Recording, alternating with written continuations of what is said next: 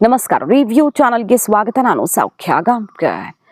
ಭಾರತಕ್ಕೆ ಸಂಬಂಧಪಟ್ಟ ಭಾರತದ ಗಡಿಗೆ ಸಂಬಂಧಪಟ್ಟಂತಹ ಬ್ರೇಕಿಂಗ್ ನ್ಯೂಸ್ ಈಗ ಬ್ಲಾಸ್ಟ್ ಆಗ್ತಿದೆ. ಅದು ಒಂದು ಕಡೆಯಿಂದಲ್ಲ, ಮೂರು ಕಡೆಯಿಂದ ಬ್ಲಾಸ್ಟ್ ಆಗ್ತಿರೋದು. ಆಪರೇಷನ್ ಸಿಂಧೂರ ಆಯಿತು, ಆದರೆ ಈಗ ಅದಕ್ಕಿಂತ ದೊಡ್ಡ ಬೆಳವಣಿಗೆ, ಬಹುದೊಡ್ಡ ಸುದ್ದಿ, ಸ್ಫೋಟಕ ಸುದ್ದಿ ಈಗ ಸಿಡಿದಿದೆ. ಏನು ಅಂತ ಹೇಳ್ತಾ ಹೋಗ್ತೀವಿ. ಅಮೆರಿಕದಿಂದ ಒಂದು ರಿಪೋರ್ಟ್ ಬಂದಿದೆ ಮತ್ತು ಸ್ವೀಡಿಷ್ ರಿಪೋರ್ಟ್ ಒಂದು ಬ್ಲಾಸ್ಟ್ ಆಗಿದೆ. ಪಾಕಿಸ್ತಾನದಿಂದ ಊಹಿಸದಂತಹ ಕಾರ್ಯಾಚರಣೆ ಶುರುವಾಗಿದೆ. ಹಾಗಾದರೆ ಭಾರತ ಏನು ಮಾಡೋಕೆ ಹೊರಟಿದೆ ಪಾಕಿಸ್ತಾನಕ್ಕೆ?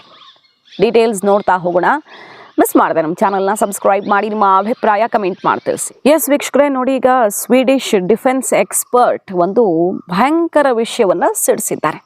ಮತ್ತು ಅಮೆರಿಕದಿಂದನೂ ಕೂಡ ದಿಟ್ಟೋ ರಿಪೋರ್ಟ್, ಶಾಕಿಂಗ್ ರಿಪೋರ್ಟ್ ಔಟ್ ಆಗಿದೆ. ಏನದು? ಸ್ವೀಡಿಷ್ ಡಿಫೆನ್ಸ್ ಎಕ್ಸ್ಪರ್ಟ್ ಹೇಳ್ತಿರೋದು ನೋಡಿ, ಪಾಕಿಸ್ತಾನ ಮತ್ತು ಭಾರತ ನಡುವಿನ ಯುದ್ಧ ಹೆಂಗೆ ನಡೆಯುತ್ತೆ ಅಂದರೆ, ಭಾರತದ ಆರ್ಮಿ 50,000 ಆರ್ಟಿಲರಿ ಶೆಲ್ಸು ಮತ್ತು 5,000 ಡ್ರೋನ್ಸು, ವಿಡಿಯೋ ನೋಡಿ, ಹಾಗೆ 500 ಕ್ರೂಸ್ ಮಿಸೈಲ್ಸು, 50 ಬ್ಯಾಲಿಸ್ಟಿಕ್ ಮಿಸೈಲ್ಸು, 4 ಗಂಟೆಯಲ್ಲಿ 5-5-5-5 ಸ್ಟ್ರಾಟಜಿಯನ್ನು ಯೂಸ್ ಮಾಡಿ ಇಡೀ ಪಾಕಿಸ್ತಾನವನ್ನು ಬೂದಿ ಮಾಡಲಿದೆ. ಸ್ವೀಡಿಷ್ ಎಕ್ಸ್ಪರ್ಟ್ ಹೇಳ್ತಿರೋದು. ಭಾರತ ಪಾಕಿಸ್ತಾನದ ವಿರುದ್ಧ ನೆಕ್ಸ್ಟ್ ಏನು ಮಾಡುತ್ತೆ? ಈಗ ನರೇಂದ್ರ ಮೋದಿಯವರು ಈ ದೇಶದಲ್ಲಿ ಕಂಡು ಕೇಳರಿಯದ ಅಭಿವೃದ್ಧಿ ಮಾಡಿದ್ದಾರೆ. ಇತಿಹಾಸದಲ್ಲಿ ಅವರ ಹೆಸರು ಅಭಿವೃದ್ಧಿಯ ಹರಿಕಾರನಾಗಿ ಉಳ್ಕೊಳ್ಳುತ್ತೆ. ಅದಕ್ಕೆ ಯಾರೇ ಖ್ಯಾತೆ ತೆಗಿಬಹುದು, ಅದು ಸುಳ್ಳು ಅಂತ ಹೇಳಬಹುದು, ಬಟ್ ಅದು ಸತ್ಯ. ಭಾರತ ಕಳೆದ 10 ವರ್ಷಗಳಲ್ಲಿ ಯಾವ ರೀತಿ ಏಳ್ಗೆಯನ್ನು ನೋಡಿದೆ ಮತ್ತು ಎಷ್ಟು ಬೇಗ ನಮ್ಮ ಜಂಪ್ ಕಾಣ್ತಾ ಇದೆ, ನಮ್ಮ ಗ್ರಾಫ್ ಹೆಂಗಿದೆ ಅನ್ನೋದನ್ನು ನೋಡಬಹುದು. ಅದನ್ನು ಜಾಗತಿಕ ಏಜೆನ್ಸಿಗಳು ಒಪ್ಕೊಳ್ತವೆ. ಮತ್ತು ಯಾವ ಏಜೆನ್ಸಿ ಹೇಳೋದು ಯಾಕೆ, ಭಾರತದಲ್ಲಿ ಎಕ್ಸ್ಪ್ರೆಸ್ ವೇಗಳು, ಪೋರ್ಟ್ಸು, ಏರ್ಪೋರ್ಟ್ಸು ಮತ್ತು ಇಲ್ಲಿ ಇನ್ವೆಸ್ಟ್ಮೆಂಟ್ಸು, ಇಲ್ಲಾಗ್ತಿರುವಂಥ ಮ್ಯಾನುಫ್ಯಾಕ್ಚರಿಂಗು, ಭಾರತ ಎಷ್ಟು ರಫ್ತು ಮಾಡ್ತಿದೆ ಅದು ನೋಡಿದ್ರೆ ಗೊತ್ತಾಗತ್ತಲ್ವ. ಸರಿ, ಇದೆಲ್ಲದರ ನಡುವೆ ಮೋದಿ ಇಂದಿರಾ ಗಾಂಧಿಯವರು ಮಾಡಿದ್ರಲ್ಲಿ ಏನಾದರೂ ಮಾಡಿಲ್ಲ ಅಂತಿದ್ರೆ, ಇಂದಿರಾ ಗಾಂಧಿಯವರು ಮಾಡದಿದ್ದದ್ದನ್ನು ಏನು ಮಾಡಿದ್ದಾರೆ ಅನ್ನೋದನ್ನು BJP ಹೇಳುತ್ತೆ. ಬಟ್ ಇಂದಿರಾ ಗಾಂಧಿಯವರನ್ನು ಬಾಂಗ್ಲಾ ಕ್ರಿಯೇಟ್ ಮಾಡಿದ್ರು ಅನ್ನೋ ಕಾರಣಕ್ಕೆ ತುಂಬ ನೆನೆಸ್ಕೊಳ್ತಾರೆ. ಸೊ ಮೋದಿ ಅವಧಿಯಲ್ಲಿ ಒಂದು ಯುದ್ಧ ಆಗಬೇಕು ಅಂತ ಮೋದಿ ಇಷ್ಟಪಡೋರು ಮತ್ತು ಪಾಕಿಸ್ತಾನವ ಹುಟ್ಟಡಗಿಸ್ಬೇಕು ಅಂತ ಬಯಸೋರು ಎಲ್ಲರೂ ಅಂದ್ಕೊಳ್ತಾನೆ ಇದ್ದಾರೆ. ಅಷ್ಟು ಸುಲಭ ಅಲ್ಲ, ಅದು ನಮ್ಮ ದೇಶಕ್ಕೆ ಕಾಸ್ಟ್ಲಿ ಆಗುತ್ತೆ, ದೇಶದ ಅಭಿವೃದ್ಧಿಯ ವೇಗಕ್ಕೆ ಸ್ವಲ್ಪ ಸ್ಪೀಡ್ ಬ್ರೇಕರ್ ಥರ ಆಗುತ್ತೆ ಅನ್ನೋದೊಂದು ಬೇಜಾರಲ್ವಾ. ಯುದ್ಧ ಮಾಡಿಬಿಡೋದು ದೊಡ್ಡದಲ್ಲ. ಬಾಂಗ್ಲಾನ ಕೆಲವು ಗಂಟೆಗಳಲ್ಲಿ, 2-3 ಗಂಟೆಗಳಲ್ಲಿ ಹೊಸಕಿ ಹಾಕಬಹುದು. ಪಾಕಿಸ್ತಾನನೂ ಅಷ್ಟೇ. ಆದರೆ ಅದಕ್ಕೆಲ್ಲ ತುಂಬ ಕಾಸ್ಟ್ಲಿ ಆಗುತ್ತೆ ಮತ್ತು ರಾಜತಾಂತ್ರಿಕವಾಗಿ ಅದರ ಎಫೆಕ್ಟು ಗ್ಲೋಬಲಿ ಬೇರೆ ಆಗುತ್ತೆ. ಅದನ್ನು ಭಾರತನೇ ನುಂಗ್ಕೊಂಡು ಹೋಗಬೇಕಾಗತ್ತೆ. ಭಾರತ ಅಂದರೆ ಎಲ್ಲ ಜನರ ಮೇಲೂ ಬೀಳುತ್ತೆ ಅದ್ರ ಹೊರೆ. ಆ ಹೊರೆ ಬೀಳಬಾರ್ದು ಅಂತ ತಾನೇ ಸರ್ಕಾರ ಆದಷ್ಟು ಇದನ್ನು ಜಾಣ್ಮೆಯಿಂದ ನೋಡ್ತಿರೋದು. ಆದರೆ ಅನಿವಾರ್ಯ ಆಗೋ ಸ್ಥಿತಿ ಬಂದಂಗೆ ಕಾಣಿಸ್ತಾ ಇದೆ. ಬಾಂಗ್ಲಾದಲ್ಲಿ ಆಗ್ತಿರೋ ಡೆವಲಪ್ಮೆಂಟು ಮತ್ತು ಹಿಂದೂ ಮಾರಣ ಹೋಮ ಪಾಕಿಸ್ತಾನದಲ್ಲಿ ಮಾಡ್ತಿರೋದಿಲ್ಲ. ಸೊ ಸ್ವೀಡಿಷ್ ಎಕ್ಸ್ಪರ್ಟ್ ಅಂದರೆ ಡಿಫೆನ್ಸ್ ರಿಪೋರ್ಟ್ ಬರ್ತಿರೋದು ನೋಡಿ, 5-5-5-5 ಫಾರ್ಮುಲಾದಲ್ಲಿ ಪಾಕಿಸ್ತಾನವನ್ನು 4 ಗಂಟೆಗಳಲ್ಲಿ, ಫಸ್ಟ್ 4 ಅವರ್ಸಲ್ಲೇ ಭಾರತ ಡ್ರೋನ್ ಮತ್ತು ಆರ್ಟಿಲರಿ ಶೆಲ್ಸ್ ಮತ್ತು ಕ್ರೂಸ್ ಮಿಸೈಲ್ಗಳಿಂದ, ಬ್ಯಾಲಿಸ್ಟಿಕ್ ಮಿಸೈಲ್ಗಳ ಪ್ರಯೋಗದಿಂದ ಸಂಪೂರ್ಣವಾಗಿ ಧ್ವಂಸ ಮಾಡಲಿದೆ ಅಂತ. ಮೊನ್ನೆ ಒಂದು ಬ್ಯಾಲಿಸ್ಟಿಕ್ ಮಿಸೈಲ್ ಟೆಸ್ಟ್ ಆಯ್ತಲ್ವ, K4. ಅದು ಅದರ ಸಾಮರ್ಥ್ಯ ಮತ್ತು 3,500 ಕಿಲೋಮೀಟರ್ ರೇಂಜನ್ನು ಕವರ್ ಮಾಡೋದು, ಇದೆಲ್ಲ ಪಾಕಿಸ್ತಾನ ಬೆಚ್ಚು ಬೀಳಿಸಿ ಆಸಿಮ್ ಮುನೀರ್ ಅಡ್ವೈಸರು ಈಗಾಗಲೇ K4 ಮಿಸೈಲು ಗ್ಲೋಬಲಿ ಇದು ದೊಡ್ಡ ಥ್ರೆಟ್ಟು, ಜಗತ್ತಿಗೆ ಮಾರಕವಾದಂಥ ಒಂದು ಪ್ರಯೋಗ ನಡೆಸಿದೆ ಅಂತೆಲ್ಲ ಬಾಯ್ ಬಿಡ್ಕೊಳ್ಳೋಕೆ ಶುರು ಮಾಡಿದ್ದಾರೆ. ಭಾರತ ಸೀಕ್ರೆಟಾಗಿ ಏನು ನಡೆಸ್ತಿದೆ ಅಂತ, ನ್ಯೂಕ್ಲಿಯರ್ ಕೇಪಬಲ್ ಮಿಸೈಲ್ ಇದು, ಬ್ಯಾಲಿಸ್ಟಿಕ್ ಮಿಸೈಲ್ ಅಂದರೆ. ಸೊ ಸ್ವೀಡಿಷ್ ರಿಪೋರ್ಟ್ ಹೇಳ್ತಿರೋದು ಭಾರತದ ಪ್ಲ್ಯಾನ್ ಹಿಂಗೆ ರೆಡಿ ಆಗಿದೆ ಅಂತ. ಒಂದು ಇದೇ ಹೊತ್ತಲ್ಲಿ ನೋಡಿ, ಒಂದು ರಿಪೋರ್ಟ್ ಆಗಿದ್ದರೆ ಇದು ತುಂಬ ಇಂಪಾರ್ಟೆಂಟ್ ಅನ್ನಿಸ್ತಿರ್ಲಿಲ್ಲ. ಹೊಸ ವರ್ಷದ ಸಮಯದಲ್ಲಿ ಯಾಕಿಷ್ಟು ಮಹತ್ವ ಪಡ್ಕೊಳ್ತಿದೆ ಅಂದರೆ, 2026ಕ್ಕೆ ಯುದ್ಧ ಆಗೇ ಆಗತ್ತೆ ಅಂತಾನೆ ಹೇಳ್ತಾ ಇರೋದು. ಅಮೆರಿಕದಿಂದ ಕೂಡ ಅದೇ ರಿಪೋರ್ಟ್ ಬಂದಿದೆ.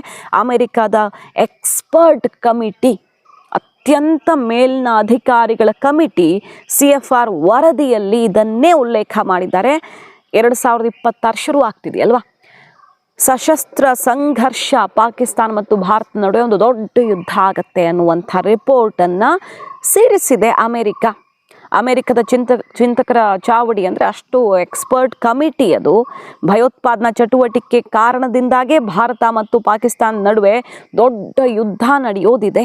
ಇದರಿಂದಾಗಿ ಅಮೆರಿಕ ಮೇಲೂ ಮಧ್ಯಮ ಪರಿಣಾಮ ಆಗತ್ತೆ ಅನ್ನೋದ್ರಲ್ಲಿ ಡೌಟ್ ಇಲ್ಲ ಅಂತ CFR ಅಂದರೆ ಅಮೆರಿಕದ ವಿದೇಶಾಂಗ ಸಂಬಂಧಗಳ ಮಂಡಳಿ ಈಗ ಸ್ಫೋಟಕ ಮಾಹಿತಿಯೊಂದನ್ನು ಸಿಡಿಸಿದೆ. ಅಂದರೆ ಅವರ ಗುಪ್ತಚರ ರಿಪೋರ್ಟ್ ಪ್ಲಸ್ ಅವ್ರಿಗಿರುವಂಥ ಬೇರೆ ಬೇರೆ ಮೂಲಗಳ ಮಾಹಿತಿ ಈಗ ಸಿಡಿದಿರೋದು. ಪಹಲ್ಗಾಮ್ ಭಯೋತ್ಪಾದಕ ದಾಳಿಗೆ ಭಾರತ ಕೇವಲ 4 ಗಂಟೆಗಳ ಕಾರ್ಯಾಚರಣೆಯಲ್ಲಿ ಆಪರೇಷನ್ ಸಿಂಧೂರ ಮೂಲಕ ಪಾಕಿಸ್ತಾನ ಕಲ್ಪಿಸಿಕೊಳ್ಳದ್ದನ್ನು ಮಾಡಿಬಿಡ್ತು. ಇದರ ಹೊರತಾಗಿಯೂ ಪಾಕಿಸ್ತಾನದ ನಾಯಕರು ಪ್ರಚೋದನಕಾರಿ ಹೇಳಿಕೆ ಎಲ್ಲ ಕೊಡ್ತಿದ್ದಾರೆ. ಈಗ ಬಾಂಗ್ಲಾದಲ್ಲಿ ಪದೇ ಪದೇ ಹಿಂದೂಗಳ ಮಾರಣ ಹೋಮ 1, 2, 3, 4 ಅಂತ ಸಾಗ್ತಾ ಇದೆ. ಅಂದರೆ ಯಾಕೆ ಮಾಡ್ತಿದ್ದಾರೆ ಅವರು ಪದೇ ಪದೇ? ಭಾರತ ರಿಯಾಕ್ಟ್ ಆಗಬೇಕು ಅಂತಾನೆ. ನೋಡಿ, ಪಾಕಿಸ್ತಾನದ ಎಕ್ಸ್ಪರ್ಟ್ ಒಬ್ಬರು ಮತ್ತು ಅಲ್ಲಿನ ಅಫಿಷಿಯಲ್ ಒಬ್ರು ಏನು ಸ್ಟೇಟ್ಮೆಂಟ್ ಕೊಟ್ಟಿದ್ದಾರೆ ಗೊತ್ತಾ? 1971ನಲ್ಲಿ ಬಾಂಗ್ಲಾ ಕ್ರಿಯೇಟ್ ಮಾಡ್ತಾವೇನೋ ದೊಡ್ಡ ಸಾಧನೆ ಮಾಡಿದ್ವಿ ಅಂದ್ಕೊಂಡ್ಬಿಟ್ಟಿದ್ದಾರೆ. ಈಗ ಅದೇ ಬಾಂಗ್ಲಾ ಪಾಕಿಸ್ತಾನ ಸೇರ್ಕೊಂಡು ಭಾರತವನ್ನು ಸ್ಯಾಂಡ್ವಿಚ್ ಮಾಡುತ್ತೆ ಅನ್ನುವಂಥ ಎಚ್ಚರಿಕೆಯನ್ನು ಬಾಂಗ್ಲಾ ನಮಗೆ ಕೊಡ್ತಿದೆ. ಅಲ್ಲ, ಪಾಕಿಸ್ತಾನ ಕೊಡ್ತಿದೆ. ಬಾಂಗ್ಲಾ ಪಾಕಿಸ್ತಾನ ಒಂದಾಗ್ತಿದೆ. ಡಿಫೆನ್ಸ್ ಡೀಲ್ಗಳಾಗ್ತಿವೆ. ಅಂದರೆ ಯಾವ ಥರ ಡೀಲು? ಸೌದಿ ಜೊತೆ ಪಾಕ್ ಮಾಡ್ಕೊಂಡಿದೆಯಲ್ಲ, ಇಬ್ಬರಲ್ಲಿ ಯಾರ ಮೇಲೆ ದಾಳಿ ಮಾಡಿದ್ರು ಇನ್ನೊಬ್ಬರ ಮೇಲೆ ದಾಳಿ ಮಾಡ್ದಂಗೆ. ಸೌದಿ ಮೇಲೆ ಯಾರು ದಾಳಿ ಮಾಡ್ತಾರೋ ಅವ್ರ ಮೇಲೆ ಪಾಕಿಸ್ತಾನ ಅಣ್ವಸ್ತ್ರ ಹಾಕೋಕ್ಕೂ ರೆಡಿ. ಆ ಥರದ ಡೀಲನ್ನು ಬಾಂಗ್ಲಾ ಜೊತೆ ಮಾಡ್ಕೊಳ್ಳೋಕೆ ಪಾಕಿಸ್ತಾನ ರೆಡಿಯಾಗಿದೆ. ಈಗ ಡೀಲ್ಗಳಾಗ್ತಿದ್ದಾವೆ. ಸೊ ಬಾಂಗ್ಲಾದ ಮೇಲೆ ಭಾರತ ಹೋಗಬೇಕು, ಪಾಕಿಸ್ತಾನ ಅಮೆರಿಕ ಜೊತೆಗೆ ನಿಂತು ಅಂದರೆ ಅಮೆರಿಕದ ಬಲದೊಂದಿಗೆ ಭಾರತದ ಮೇಲೆ ಮುಗಿಬೀಳಬೇಕು. ಇದು ನೆಕ್ಸ್ಟ್ ಲೆವೆಲ್ಗೆ ಹೋಗಿ ಭಾರತ ನಾಶ ಮಾಡಬೇಕು. ಇಷ್ಟೇ ಸಿಂಪಲ್ ಫಾರ್ಮುಲಾ ಇರೋದು. ಈಗ ನೋಡಿ, ಅಮೆರಿಕದಿಂದನೇ ಇದು ಸಿಡಿದಿದೆ. ಜಮ್ಮು ಮತ್ತು ಕಾಶ್ಮೀರದಲ್ಲಿ 30ಕ್ಕೂ ಹೆಚ್ಚು ಪಾಕಿಸ್ತಾನಿ ಉಗ್ರರು ಸಕ್ರಿಯರಾಗಿದ್ದಾರೆ ಅಂತ ಇಂಟೆಲಿಜೆನ್ಸ್ ರಿಪೋರ್ಟ್ ಅಮೆರಿಕಕ್ಕೆ ಸಿಕ್ಕಿದೆಯಂತೆ. ಸೊ ಮತ್ತೊಂದು ಭಯಂಕರ ಕುಕೃತ್ಯ, ಪಹಲ್ಗಾಮ್ ದಾಳಿಯನ್ನು ಮೀರಿಸುವ ಭಯಂಕರವಾದಂತಹ ದಾಳಿ ಭಾರತದಲ್ಲಿ ಆಗುತ್ತೆ ಅಂತ ಇವ್ರು ಹೇಳ್ತಿರೋದು ಗುಪ್ತಚರ ಮಾಹಿತಿ. ಹಾಗಾಗಿ ಮತ್ತೊಂದು ಭಯೋತ್ಪಾದಕ ದಾಳಿ ನಡೆದಿದ್ದೇ ಹೌದಾದರೆ ಈ ಆಲ್ರೆಡಿ 30 ಉಗ್ರರು ಒಳಗೆ ಸೇರ್ಕೊಂಡಿದ್ದಾರೆ ಅಂತ ಅವ್ರು ಹೇಳ್ತಿರೋದು. 2 ದೇಶಗಳ ನಡುವೆ ಕಂಡು ಕೇಳರಿಯದಂಥ ಒಂದು ಯುದ್ಧ ಆಗಿಬಿಡುತ್ತೆ. ಆಪರೇಷನ್ ಸಿಂಧೂರ ಬಳಿಕ 2 ರಾಷ್ಟ್ರಗಳು ಕೂಡ ಶಸ್ತ್ರಾಸ್ತ್ರ ಖರೀದಿ ಹೆಂಗೆ ಮಾಡ್ತಿದ್ದಾರೆ ಅಂದರೆ, ತಮ್ಮ ಸೇನಾ ಬಲವನ್ನು ಹೆಚ್ಚಿಸ್ಕೊಳ್ಳೋದಕ್ಕೆ ಭಾರತ ಬಹುದೊಡ್ಡ ಪ್ರಮಾಣದಲ್ಲಿ ಇನ್ವೆಸ್ಟ್ ಮಾಡಿದೆ. ವಾಯುರಕ್ಷಣಾ ವ್ಯವಸ್ಥೆ, ಕ್ಷಿಪಣಿ, ಬಾಂಬ್ಗಳ ಖರೀದಿ ಎಲ್ಲ ನಡೀತಿದೆ. ಪಾಕಿಸ್ತಾನನೂ ಕೂಡ ತನ್ನ ಕೈಲಾದಷ್ಟು ಸಾಲ ಶೂಲ ಮಾಡಿಕೊಂಡು ಹೊಟ್ಟೆಗಿಲ್ದಿದ್ರೂ ಕೂಡ ಶಸ್ತ್ರಾಸ್ತ್ರಗಳನ್ನು ಹೊಂದಿಸ್ಕೊಳ್ತಿದೆ. ಅದಕ್ಕೆ ಪೂರಕವಾಗಿ ಪಿನಾಕಾ ಟೆಸ್ಟ್, ಅಲ್ಲಿ K4 ಬ್ಯಾಲಿಸ್ಟಿಕ್ ಮಿಸೈಲ್ ಹಾರಿರೋದು 2 ತುಂಬ ಮೇಜರು. ಲಾಸ್ಟ್ ಟೈಮ್ ಪಿನಾಕಾ ದಾಳಿ ಮಾಡೇ ಬಿಡುತ್ತೆ ಭಾರತ ಅಂತಾನೆ ಇದ್ದಿದ್ದು. ಆಪರೇಷನ್ ಸಿಂಧೂರ ಟೈಮಲ್ಲಿ ಬ್ಯಾಕ್ ಟು ಬ್ಯಾಕ್ ಉಸಿರಾಡಕ್ಕೆ ಟೈಮ್ ಸಿಗದೆ ಇದ್ದಂಗೆ ಪಿನಾಕಾ ಅಸ್ತ್ರ ಸಿಡಿದು ಬಿಟ್ಟರೆ ಇದೆಯಲ್ಲ, ಪಾಕಿಸ್ತಾನದ ಕರಾಚಿನೇ ಉಡಿಸಾಗಬಹುದು, ಏನು ಬೇಕಾದರೂ ಆಗಬಹುದು. ಈಗ ಅದರ ರೇಂಜ್ ಕೂಡ ವಿಸ್ತರಿಸಲ್ಪಟ್ಟಿದೆ. ನಮ್ಗೆ ಇಷ್ಟು ದಿನ ಇದ್ದಿದ್ದು ಸ್ವಲ್ಪ ಕಡಿಮೆ ಕಿಲೋಮೀಟ್ರ್, ಲಾಹೋರ್ ತನಕ ಅಷ್ಟೇ ಅವಕಾಶ ಇತ್ತು. ಈಗ ಅದು ಇನ್ನೂ ಅಪ್ಗ್ರೇಡ್ ಆಗಿದೆ. ಹಾಗಾಗಿ ಪಿನಾಕಾ, K4 ಇದೆಲ್ಲ ಗಡಿಯಲ್ಲಿ ನಡುಕ ಹುಟ್ಟಿಸ್ತಾ ಇದೆ. ಪಾಕಿಸ್ತಾನ ಬೇರೆ ತಯಾರಿ ಮಾಡಿಕೊಂಡು ಬಾರ್ಡ್ರಲ್ಲಿ POKಯಲ್ಲೇನೋ ಆಗುತ್ತೆ ಅನ್ನೋ ಭಯದಲ್ಲಿ ಮೊನ್ನೆ ಅಷ್ಟೇ ರಿಪೋರ್ಟ್ ಇಟ್ಟಿದ್ವಿ. POKಯಿಂದ ಒಂದು ದೊಡ್ಡ ಸುದ್ದಿ ಬರ್ತಿದೆ ಅಂತ. ಡ್ರೋನ್, ಆ್ಯಂಟಿ ಡ್ರೋನ್ ಸಿಸ್ಟಮನ್ನು ಅಲ್ಲಿ 30 ಪಾಯಿಂಟ್ಗಳಲ್ಲಿ ಏಕಾಏಕಿ ಸ್ಥಾಪನೆ ಮಾಡಿದೆ. ಮತ್ತಲ್ಲಿ ಭಾರತ ಯಾವುದೇ ಬಗೆಯ ದಾಳಿ ಶುರು ಮಾಡಬಹುದು ಅಂತ ಆಲ್ರೆಡಿ ತನ್ನ ಸೇನೆಯನ್ನು ಅಲ್ಲಿ ನಿಯೋಜನೆ ಮಾಡಿದೆ. ಇಂಥದ್ದೊಂದು ಡೆವಲಪ್ಮೆಂಟ್ ಕೂಡ ಆಗ್ತಿರೋದು. ಒಂದು ಕಡೆಯಿಂದ ಸ್ವೀಡಿಷ್ ರಿಪೋರ್ಟು, ಮತ್ತೊಂದು ಕಡೆಯಿಂದ ಅಮೆರಿಕದ ಎಕ್ಸ್ಪರ್ಟ್ ಮತ್ತು ಇಂಟೆಲಿಜೆನ್ಸ್ ಗುಪ್ತಚರ ಮಾಹಿತಿ ಎರಡೂ ಕೂಡ ಇದನ್ನೇ ಹೇಳ್ತಾ ಇದೆ. ಭಯಂಕರವಾದ ಯುದ್ಧ 2026ರ ಮಧ್ಯದಲ್ಲಿಯೇ ಆಗತ್ತೆ ಅಂತ ಅಮೆರಿಕ ವಿದೇಶಾಂಗ ನೀತಿಯ ತಜ್ಞರ ಸಮೀಕ್ಷೆ ನಡೆಸಿ CFR ವರದಿ ಸಿದ್ಧಪಡಿಸಿದ್ದಾರೆ. ಸಂಭಾವ್ಯ ಜಾಗತಿಕ ಸಂಘರ್ಷಗಳ ಕುರಿತು ದೊಡ್ಡ ಸ್ಫೋಟಕವಾದಂಥ ಒಂದು ರಿಪೋರ್ಟ್ ಈಗ ಹೊಸ ವರ್ಷದ ಹೊಸ್ತಿಲಲ್ಲಿ ಔಟ್ ಆಗಿದೆ. ಮತ್ತು ಯಾವ ತೀವ್ರತೆ ಇರುತ್ತೆ ಅನ್ನೋದ್ರ ಮೇಲೆ ಶ್ರೇಣಿ 1, ಶ್ರೇಣಿ 2, ಶ್ರೇಣಿ 3 ಅಂತ ಅದರ ಯಾವ್ಯಾವ ಯುದ್ಧಗಳಾಗ್ತವೆ ಜಗತ್ತಲ್ಲಿ 26ರಲ್ಲಿ, ಅದರ ತೀವ್ರತೆ ಎಷ್ಟಿರುತ್ತೆ, ಪರಿಣಾಮ ಜಾಗತಿಕವಾಗಿ ಎಷ್ಟಿರುತ್ತೆ ಅನ್ನೋ ರ್ಯಾಂಕಿಂಗನ್ನು ಕೂಡ ಕೊಟ್ಟಿದ್ದಾರೆ. ದಕ್ಷಿಣ ಏಷ್ಯಾದಲ್ಲಿ ಹೆಚ್ಚಿನ ಅಪಾಯದ ಪ್ರದೇಶವಾಗಿ ಈಗ ಕಾಣಿಸ್ತಾ ಇದೆ. ಆ ರಿಪೋರ್ಟ್ ಪ್ರಕಾರ ಭಾರತ, ಪಾಕಿಸ್ತಾನ, ಬಾಂಗ್ಲಾ ನಡುವೆ ಆಗಬಲ್ಲಂಥ ಒಂದು ದೊಡ್ಡ ಬೆಳವಣಿಗೆಯಿಂದಾಗಿ. ನೋಡಿ, ಸ್ವೀಡಿಷ್ ಡಿಫೆನ್ಸ್ ಎಕ್ಸ್ಪರ್ಟ್ ಇನ್ನೂ ಒಂದು ಅಂಶವನ್ನು ಇಲ್ಲಿ ಸ್ಪಷ್ಟವಾಗಿ ಹೇಳ್ತಾರೆ. ಈ ರಿಪೋರ್ಟ್ ಇಟ್ಟ ಸಮಯದಲ್ಲಿ ಭಾರತ ಆಪರೇಷನ್ ಸಿಂಧೂರ ಒಂದು ಹಿಸ್ಟಾರಿಕ್ ಮಿಷನ್ ಆಗಿ ಉಳ್ಕೊಂಡಿದೆ. ಈಗ ಒಂದು ದಾಖಲೆಯನ್ನು ಮತ್ತು ಐತಿಹಾಸಿಕವಾದಂಥ ದಾಖಲೆಯನ್ನು ಸೃಷ್ಟಿಸಿದೆ. ಇದು ಎಷ್ಟೋ ಶತಮಾನಗಳವರೆಗೆ ಒಂದು ಮಾಡೆಲ್ ಆಗಿ ಉಳ್ಕೊಳ್ಳುತ್ತೆ, ಅಂದರೆ ಇದೊಂದು ಸ್ಟಡಿ ಮಟೀರಿಯಲ್ ಆಗಿ ಉಳ್ಕೊಳ್ಳುತ್ತೆ ಅಂತ ಅವ್ರು ಹೇಳ್ತಿದ್ದಾರೆ. ಯಾಕಂದರೆ ಗ್ಲೋಬಲ್ ಮಿಲಿಟರಿ ಹಿಸ್ಟರಿಯಲ್ಲೇ ಮೋದಿ ಅವಧಿಯಲ್ಲಿ ಜಸ್ಟ್ 4 ಡೇಸಲ್ಲಿ ಭಾರತದ ಮಿಲಿಟರಿ ಜಸ್ಟ್ 4 ಡೇಸಲ್ಲಿ 9 ಟೆರರ್ ಬೇಸ್ಗಳನ್ನು ಸಂಪೂರ್ಣವಾಗಿ ಧೂಳು ಮಾಡುತ್ತೆ. 11 ಏರ್ ಬೇಸ್ಗಳನ್ನು, ಪಾಕಿಸ್ತಾನದ 11 ವಾಯು ನೆಲೆಗಳನ್ನು ಬೂದಿಯಾಗಿಸತ್ತೆ. 19 ಏರ್ಕ್ರಾಫ್ಟ್ಗಳನ್ನು ಮತ್ತು ಪಾಕಿಸ್ತಾನದ ನ್ಯೂಕ್ಲಿಯರ್ ಕಮಾಂಡ್ ಹಬ್ ಕೂಡ ಅಲ್ಲಿಗೆ ಹೋಗಿ ನಮ್ಮ ದಾಳಿ ಅಂದರೆ ಅಲ್ಲೇ ಕರೆಕ್ಟಾಗಿ ಪ್ರಿಸಿಷನ್ ಸ್ಟ್ರೈಕ್ ಮಾಡಿ ಬರುತ್ತೆ. ಇದಿಷ್ಟು ಜಸ್ಟ್ 4 ಡೇಸಲ್ಲಿ ಆಗುತ್ತೆ ಅಂದರೆ ಇದು ಶತಮಾನಗಳಲ್ಲೇ ಕಂಡು ಕೇಳರಿಯದಂಥ ಕಾರ್ಯಾಚರಣೆ. ಇಷ್ಟು ಕಡಿಮೆ ಟೈಮಲ್ಲಿ ಇಷ್ಟೆಲ್ಲ ಮಾಡೋದಕ್ಕೆ ಇದುವರೆಗೆ ಯಾವ ಸೈನ್ಯದಿಂದಲೂ ಆಗಿಲ್ಲ ಜಾಗತಿಕವಾಗಿ. ಸೊ ಇದು ಶತಮಾನಗಳವರೆಗೂ ಒಂದು ಸ್ಟಡಿ ಮಟೀರಿಯಲ್ ಆಗಿ ಸೆಟ್ ಆಗಿದೆ ಅನ್ನೋದನ್ನು ಕೂಡ ಹೇಳ್ತಾ ಇದ್ದು. ಈ ಸಲ ಪಾಕಿಸ್ತಾನವನ್ನು ಭಾರತ ಏನು ಮಾಡುತ್ತೆ ಅದು ಮತ್ತೆ ಕೇವಲ 4 ಅವರ್ಸಲ್ಲಿ ಅನ್ನೋದನ್ನು ಇಟ್ಟಿದೆ ರಿಪೋರ್ಟು. ಯಾಕಂದರೆ ಒಂದು ಸಲ ಭಾರತ 4 ಅವರ್ಸಲ್ಲಿ ತಾನು ಎಷ್ಟೋ ವರ್ಷಗಳಿಂದ ಡಿಫೆನ್ಸ್ ಸಿಸ್ಟಮನ್ನು ಮೋದಿ ಅವಧಿಯಲ್ಲಿ ಯಾವ ಥರ ಸ್ಟ್ರಾಂಗ್ ಮಾಡಲಾಗಿದೆ ಅದನ್ನು ಪ್ರಯೋಗ ಮಾಡೋಕ್ಕೆ ಸಿಕ್ಕ ಚಾನ್ಸ್ ಥರ ಆಯಿತು. ಅದೊಂದು ಜಸ್ಟ್ ಟ್ರೇಲರ್ ಆಗಿತ್ತು. ಈಗ ಮೂವಿನೇ ತೋರಿಸಿ ಅಂತ ಕೇಳ್ಕೊಳ್ತಿರೋದ್ರಿಂದ ಅಮೆರಿಕ, ಪಾಕಿಸ್ತಾನ, ಬಾಂಗ್ಲಾದೇಶ, ಭಾರತ ತುಂಬಾ ತಯಾರಿ ಮಾಡ್ಕೊಂಡಿದೆ ಎಕ್ಸ್ಪೆಕ್ಟೆಡ್ ಆಗಿರೋದ್ರಿಂದ.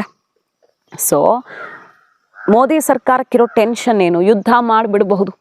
ಈಗೆಲ್ಲರೂ ಭಯಂಕರ ಜೋಶಲ್ಲಿ ಯುದ್ಧ ಮಾಡಿ ಮೋದಿ, ಯುದ್ಧ ಮಾಡಲ್ಲ ಇವರು, ಕೈ ಕಟ್ಕೋತಿದ್ದಾರೆ ಅಂತ ಹೇಳೋದು ಸುಲಭ.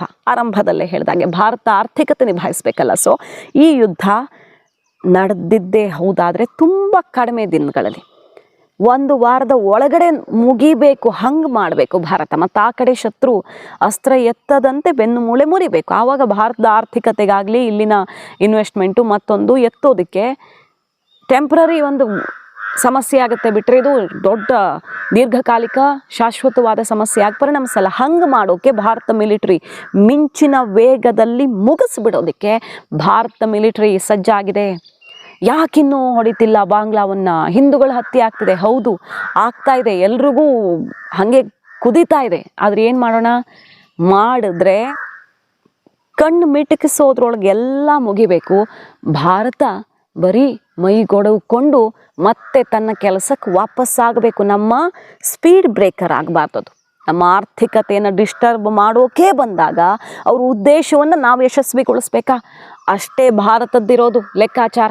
ಸೊ ಭಯಂಕರವಾದ ಸುದ್ದಿ ಹೊಸ ವರ್ಷದ ಸಮಯದಲ್ಲಿ ಸಿಡಿತಾ ಇದೆ.